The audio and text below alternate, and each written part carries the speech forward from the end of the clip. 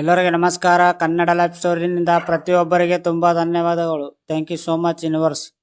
ಹಗ್ಡೆ, ನಿಮಗೆ ತಿಳಿದಿರಲಿ ಈ ದಿನಕ್ಕೆ ವಿಶೇಷ ಅರ್ಥವಿದೆ. ಪ್ರತಿ ವರ್ಷ ಫೆಬ್ರವರಿ 12ರಂದು ಹಗ್ಡೆಯನ್ನು ಆಚರಿಸಲಾಗುತ್ತದೆ. ಇನ್ನೇನು ಪ್ರೇಮಿಗಳ ದಿನಾಚರಣೆಗೆ ಕೇವಲ 2 ದಿನಗಳು ಮಾತ್ರ ಉಳಿದಿದೆ. ಸುಮಾರು 7 ದಿನಗಳ ಕಾಲ ಆಚರಿಸುವ ಈ ಆಚರಣೆಯಲ್ಲಿ rose day, chocolate day, teddy day, promise day, hug day, kiss day ಎಂದು ಆಚರಿಸಲಾಗುವುದು. ಅಂತಿಮವಾಗಿ 14ನೇ ದಿನಾಂಕದಂದು ಪ್ರೇಮಿಗಳ ದಿನ ಎಂದು ಆಚರಿಸಲಾಗುವುದು. ಇನ್ನು ಪ್ರತಿಯೊಂದು ದಿನಕ್ಕೂ ಒಂದೊಂದು ವಿಶೇಷತೆ ಇರುತ್ತದೆ. ಇಂದು ಅಂದರೆ ಫೆಬ್ರವರಿ 12ರಂದು ಹಗ್ ಡೇ ಎಂದು ಆಚರಿಸಲಾಗುವುದು. ಇಂದಿನ ದಿನದ ಪ್ರಾಮುಖ್ಯತೆಯ ಎಂದರೆ ತಾವು ಪ್ರೀತಿಸುವ ವ್ಯಕ್ತಿಗಳಿಗೆ ಪ್ರೀತಿಯ ಅಪ್ಪುಗೆಯ ಮೂಲಕ ವಿಶೇಷ ಸಂದೇಶ ಹಾಗೂ ಭಾವನೆಗಳನ್ನು ಮೂಡಿಸುವುದರ ಮೂಲಕ ಸಂಬಂಧಗಳನ್ನು ಇನ್ನಷ್ಟು ಭದ್ರಪಡಿಸಿಕೊಳ್ಳಲಾಗುವುದು. ಇಂತಹ ಒಂದು ಉತ್ತಮ ಭಾವನೆಯನ್ನು ಬೆಳಗಿಸಲು ಆಚರಿಸುವ ದಿನವೇ ಹಗ್ ಡೇ ಅಥವಾ ಅಪ್ಪುಗೆಯ ದಿನ ಎಂದು ಕರೆಯಲಾಗುತ್ತದೆ. ಅಪ್ಪುಗೆಯ ದಿನ ಅಥವಾ ಹಗ್ ಡೇ ಪ್ರೇಮಿಗಳ ದಿನದ ಆಚರಣೆಗೆ ಅಂದರೆ 2 ದಿನ ಮುಂಚಿತವಾಗಿ ಈ ಹಗ್ ಡೇಯನ್ನು ಆಚರಿಸಲಾಗುವುದು. ಇದನ್ನು ಪ್ರತಿ ವರ್ಷ ಫೆಬ್ರವರಿ 12ರಂದು ಪ್ರೇಮಿಗಳು ಆಚರಿಸುತ್ತಾರೆ. ಅಪ್ಪುಗೆಯ ದಿನ ಹೆಸರಿನ ಹೇಳುವಂತೆ ಸಾಮಾನ್ಯವಾಗಿ ಮನಸ್ಸಿಗೆ ತುಂಬಾನೇ ದುಃಖವಾದಾಗ ಅಥವಾ ಅತೀವ ಸಂತೋಷವಾದಾಗ ನಮ್ಮ ಪ್ರೀತಿ ಪತ್ರರನ್ನು ತಬ್ಬಿಕೊಂಡು ಮನಸ್ಸಿನಲ್ಲಿರುವ ಎಲ್ಲ ತಳಮಳವನ್ನು ಅಪ್ಪಿಗೆಯ ಮೂಲಕ ವ್ಯಕ್ತಪಡಿಸುತ್ತೇವೆ. ಇದರಿಂದ ಮನಸ್ಸಿಗೆ ಏನೋ ನೆಮ್ಮದಿ ಹಾಗೂ ಸಮಾಧಾನದ ಭಾವನೆ ಮೂಡುತ್ತದೆ. ಅದೇ ರೀತಿ ನಮ್ಮ ಕೈ ಹಿಡಿಯುವವರು ಕೂಡ ಅಂದರೆ ಮುಂದೆ ನಮ್ಮ ಜೀವನ ಸಂಗಾತಿ ಆಗುವವರು ಕೂಡ ನಮ್ಮ ಪ್ರೀತಿಯನ್ನು ಒಪ್ಪಿಕೊಂಡು ಬೆಚ್ಚಿಗೆಯೇ ತಬ್ಬಿಕೊಂಡರೆ ಜೀವನವು ಸಂತೋಷವಾಗಿ ಸಾಗುವುದು.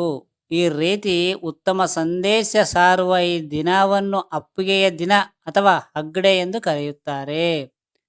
ಸಂಶೋಧನೆಗಳ ಪ್ರಕಾರ, ಮನೋಶಾಸ್ತ್ರಿ ಹಾಗೂ ಕೆಲವು ಸಂಶೋಧನೆಗಳ ಪ್ರಕಾರ ನಮ್ಮ ಪ್ರೀತಿ ಪಾತ್ರರನ್ನು ಸಂತೋಷದಿಂದ ತಬ್ಬಿಕೊಂಡಾಗ ಅಥವಾ ದುಃಖದ ಸಂದರ್ಭದಲ್ಲಿ ಸಂತಾನಕ್ಕಾಗಿ ತಬ್ಬಿಕೊಂಡಾಗ ನಮ್ಮ ಮೆದುಳಿನ ನರಗಳು ವಿಶೇಷ ಭಾವನೆಯನ್ನು ಮೂಡಿಸುವುದು.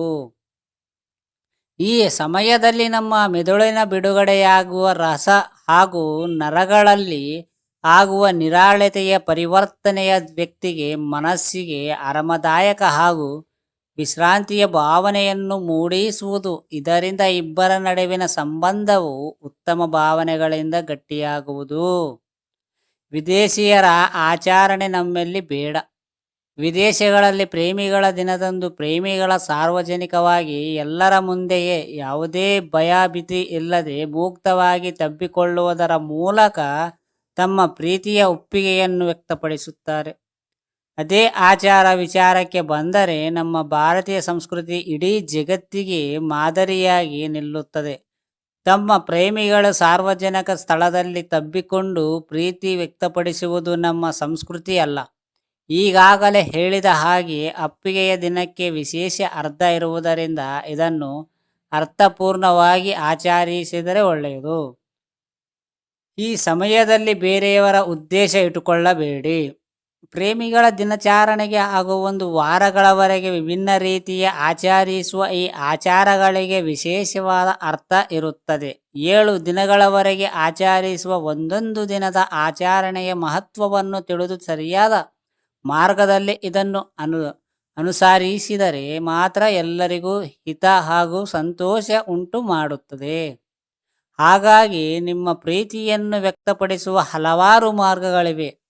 ಪ್ರೀತಿಯಿಂದ ಸಂಗಾತಿಗೆ ಸಣ್ಣ ಉಡುಗೊರೆಯನ್ನು ನೀಡಿ ಕೂಡ ನಿಮ್ಮ ಭಾವನೆಗಳನ್ನು ಹಂಚಿಕೊಳ್ಳಬಹುದು.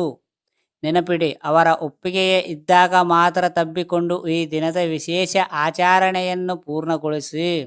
ಇವುಗಳ ಹೊರತಾಗಿ ನಿಮ್ಮ ಉದ್ದೇಶವು ಬೇರೆಯವರ ಚಿಂತನೆಗಳಿಂದ ಕೂಡಿದ್ದರೆ ಆಚರಣೆಗೆ ಕಳಕಂತೆ ತರುವ ಪ್ರಯತ್ನ ಮಾಡಬೇಡಿ. ಫ್ರೆಂಡ್ಸ್, ಹೇಗೆ ನಾವು ಲವರ್ಸ್ ಡೇ ಮಾಡಬೇಕಂತ ಅರ್ಥ ಆಗಿದೆ ಈ ಸ್ಟೋರಿನಲ್ಲಿ. ಅರ್ಥ ಆಗಿಲ್ಲ ಅಂದರೆ ಮತ್ತೊಂದು ಸಾರಿ ಕೇಳಿ ಅರ್ಥ ಮಾಡಿಕೊಳ್ಳಿ. ಅರ್ಥ ಆಯ್ತಾ ಫ್ರೆಂಡ್ಸ್? ಸ್ಟೋರಿ ಕೇಳಿದ ಪ್ರತಿಯೊಬ್ಬರಿಗೆ ತುಂಬ ಧನ್ಯವಾದಗಳು. Thank you so much universe. ಕೇಳಿದವರಿಗೆ ಮಾತ್ರ ಪ್ರತಿಯೊಬ್ಬರಿಗೆ ನನ್ನ ಹೃದಯಪೂರ್ವಕ ಧನ್ಯವಾದಗಳು.